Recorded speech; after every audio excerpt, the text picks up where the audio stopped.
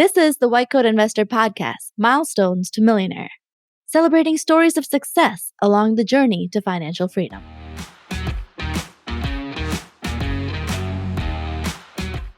This is Milestones to Millionaire Podcast number 77. Radiology resident gets back to broke. If you're considering locum tenens either full-time or on the side, you probably have a question or two or 20. Fortunately, locumstory.com has the answers you need. It's packed with unbiased information and advice from physicians like you.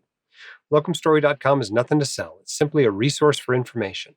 You'll find super handy tools that let you see locums trends for your specialty, compare different locums agency. There's even a quiz to help you decide if locums is right for you. Locumstory.com is a perfect place to start if you want to learn more about locums. All right, let's get our guest on the line here.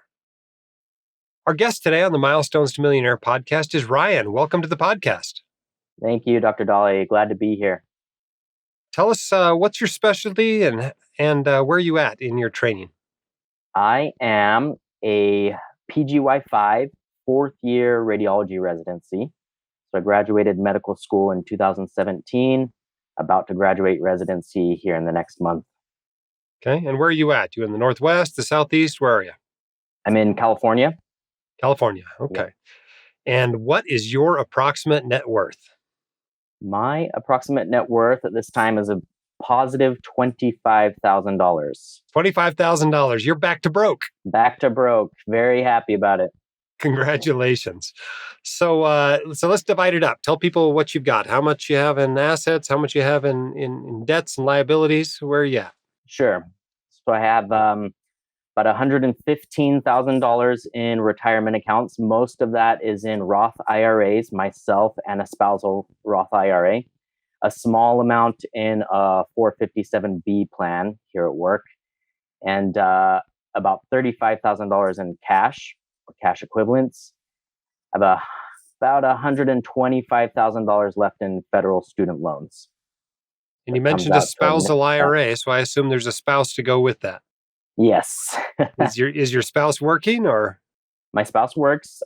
She's currently on maternity leave, but she'll be returning to work here in a little bit. She works in sports marketing for an advertisement and marketing firm. Okay. So what was your net worth when you came out of med school? When we came out of med school, we didn't have much to our name other than about $175,000 of student debt. So minus 175 is where you were at, and now you're back to broke. So over your PGY4, so over the course of 4 years, essentially your net worth has increased by about $50,000 a year. Right. Which is amazingly similar to what residents actually get paid. Yes. So how did you do it? So when we first started, when I first had an intern paycheck, my wife was working.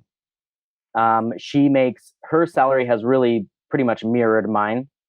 So we always tried to live on one salary and save the other salary as best as we could. And that's worked out so far. And then I was fortunate enough in residency to have a lot of moonlighting opportunities as a radiology resident. So I did a lot of moonlighting all 4 years, especially my third year. And that really beefed up our cash inflow. So what was the moonlighting? You went out to some hospital and read films, or what did you do? And most radiology residents do this contrast coverage, is what we call it.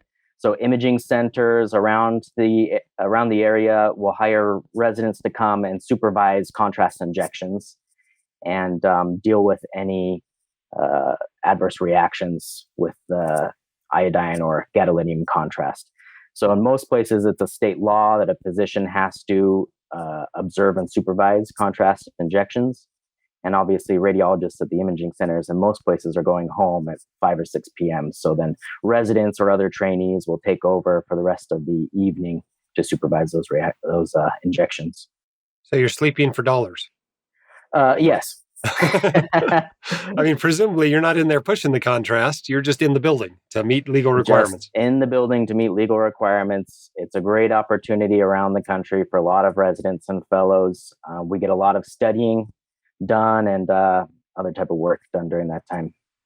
Okay. So what about anything else? Did your parents give you any money? Did you get an inheritance? This No was all money you inheritance. earned. Yep, this is all money from us. Both my wife and I come from similar economic backgrounds, middle class families. My dad was a general contractor throughout my life, still works full time. He's in his young 70s now, still working full time for a general contractor. My mother for most of my life was a stay at home mom. So they raised me and my three siblings on a pretty modest income. I think my dad's income was around $70 to $75,000 throughout his career. That really hasn't changed much in several decades, according to my parents. So yeah, I mean, this was all us. I took out loans for school. I was fortunate to go through undergrad without any student loans. I did that by working through undergrad. I worked both during the school year as well as over the summers. And then grants and scholarships also paid for the rest of undergrad. In med school, I also had some grants and scholarships that paid for nearly half of my tuition each year. Some of that was financial need based scholarship from my medical school, and some of that was grants that I applied for and received. So a whole combination of stuff going in there, working together to help keep your debt relatively low. I mean, I say relatively low. $175,000 still a ton of money. Right. But it's less than lots of people are coming out with these days. Somebody gave me a statistic that the average dentist coming out of a private dental school here in Salt Lake has $525,000 in student loans. So it certainly can be a lot worse. Yes. All right. So this is impressive, right? What you've done. You've managed to increase your net worth by 50 grand a year while in residency. What would you say were your secrets other than you just, saved half your income? I mean, how'd you do that? How'd you resist spending it? I mean, most people have no trouble at all spending, $100,000 a year. That's not hard to do. How did you manage not to do that so that you could use this to build wealth? Yeah, that really is the secret, is resisting spending. My wife and I really got on the same page about that. For me, I need constant reinforcement to not spend my money. I do that through financial education. I'm always listening to podcasts, reading a few books here and there, occasionally going to the internet, looking at the blogs. But the minute that I stop kind of flooding my life with that financial education, then it goes back to, oh yeah, maybe we could afford a new car, or maybe we could, upgrade our living situation.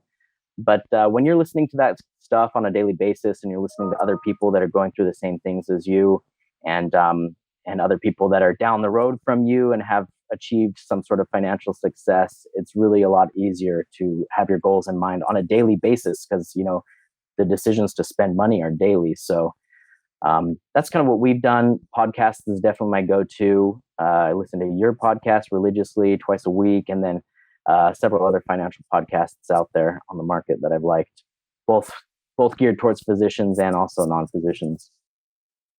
Now, everybody with debt has to struggle with a question, which is, do I pay on the debt or do I invest? Where did you end up with that? How did you wrestle with that? And why did you come to the decision you did? So we're still, looking at that question and reevaluating as time goes on. Our financial plan was very simple to start with as an intern. We wanted to max out our Roth IRAs, hers and mine, $6,000 a year, or whatever that comes to be, depending on the year.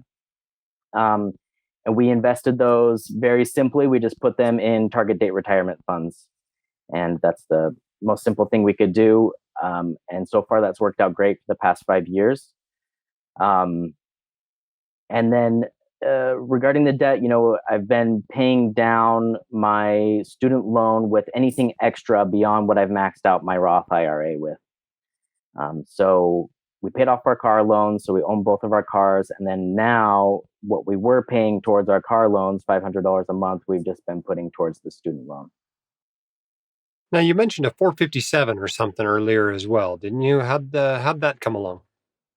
So that's through my employment. It's a governmental 457B plan that they offer for the residents. There's a small match there. I think it's like 3%. So that's over 4 years. That comes out to be about 20 grand if you just put in enough to get the match, which is what I've been doing. You basically didn't want to leave your salary on the table there. Yeah, exactly. Yeah. Okay, so how about your upbringing? You mentioned your parents. Did they teach you about money? How did you learn about money? My parents were exceptional with money in the sense of budgeting and frugality. I never felt like I wanted for anything. My friends were all in similar economic backgrounds as me. We obviously weren't driving new and fancy cars on the salary which my parents had, but we went on family vacations. A lot of those were camping, backpacking, national parks. Um, um, so they taught me, a lot about saving, budgeting. My mom is kind of the person in the household that does a lot of the books. And I remember when I was 9, I think for my ninth birthday, she took me to the bank and we bought paper savings bonds. And I still remember vividly her giving me the bond and saying, if you hold on to this, at some point, this is going to be worth twice the amount that you paid for it. And as a 9-year-old, I was like, oh my gosh, that's incredible. Like when I'm 16, I'm going to cash this in and buy a new car when I'm old enough to drive. I actually still have those paper savings bonds. I haven't cashed them in yet. My mom has them in a drawer somewhere. But so they taught me a lot about saving, not so much about investing. I didn't know anything about retirement accounts, stocks, bonds, nothing like that until really I was like an intern. And I started with your book was the very first thing. I had a financial advisor at my medical school as I was graduating. He handed me a copy of your book. And that's how I got started really with that type of financial education. Awesome. Well, there's someone out there that's just like you were 4 years ago. They're coming out of med school. Their net worth is minus 100, minus 200, minus 300,000. What advice do you have for them? Besides what we've talked about already, for those with spouses or other partners, for us, it was really good to start with the end in mind. Sometimes it is hard to get on the same page about your spending priorities. And there's this idea of we're young and healthy now. We should be spending our money now while we have the chance to enjoy it. But also, we have goals in the future. So what we did is we kind of sat down and several times we sit down and we kind of look at where do we want to be in 30 years from now? Where do we want to be in 15 years, 10 years, 5 years? And then we come up with a road plan to reach those goals. And it's much easier to say, by the time we're 50, I don't want to be, tied to work. I want to have the option of and flexibility of working when and how I want. So in order to get to, financial freedom by age 50 or whatever it is we decide on, there's a certain amount we have to save and a certain amount we have to invest and a certain plan that we have to follow in order to reach that goal. So that's kind of what we did. And I would definitely recommend that for others that have spouses or partners and you're trying to get on the same page with where your money's going. Awesome. Run the numbers, have a plan. That's good advice.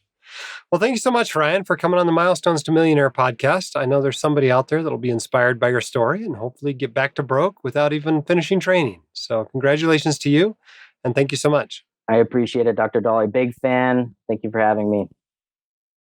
All right. Always good to have a resident on here. Back to broke. It's, kind of the first milestone. You haven't yet paid off your debt, but you've acquired enough assets to at least offset it. And I think for most people, you're probably in attending by the time you make it. So if you can get back to broke as a resident, I'd say you're ahead of the game. But a few lessons to learn there. One's maximize your income. Two, save a bunch of your income, right? Even as a resident, granted, there's two incomes here. You can save a lot of your income. That's the average American household income is what a resident makes. So you can certainly save something during residency. I don't expect anybody to get rich during residency, but you ought to get in the habit of saving something. And of course, take care of the other important financial things that need to be done during residency, such as having a plan for your attending income when you hit that, having a student loan plan, getting your disability, and if anybody else depends on you, life insurance in place. You got to do those major things. But if you can save something and start investing as well, you'll be that much further ahead, especially if, part of your salary depends on putting money into a retirement plan. Always make sure you get any match available to you. If you're considering locum tenens, either full-time or on the side, you probably have a question or two or 20. Fortunately, locumstory.com has the answers you need. It's packed with unbiased information and advice from physicians like you. Locumstory.com is nothing to sell, it's simply a resource for information. You'll find super handy tools that let you see locums trends for your specialty, compare different locums agencies. There's even a quiz to help you decide if locums is right for you. Locumstory.com is a perfect place to start if you want to learn more about locums. If you'd like to be on the Milestones to Millionaire podcast, you can sign up at whitecoatinvestor.com/milestones. Until our next episode, keep your head up, shoulders back. You've got this and we can help. See you next time. The hosts of the White Coat Investor podcast are not licensed accountants, attorneys, or financial advisors. This podcast is free entertainment and information only. It should not be considered professional or personalized financial advice. You should consult the appropriate professional for specific advice relating to your situation.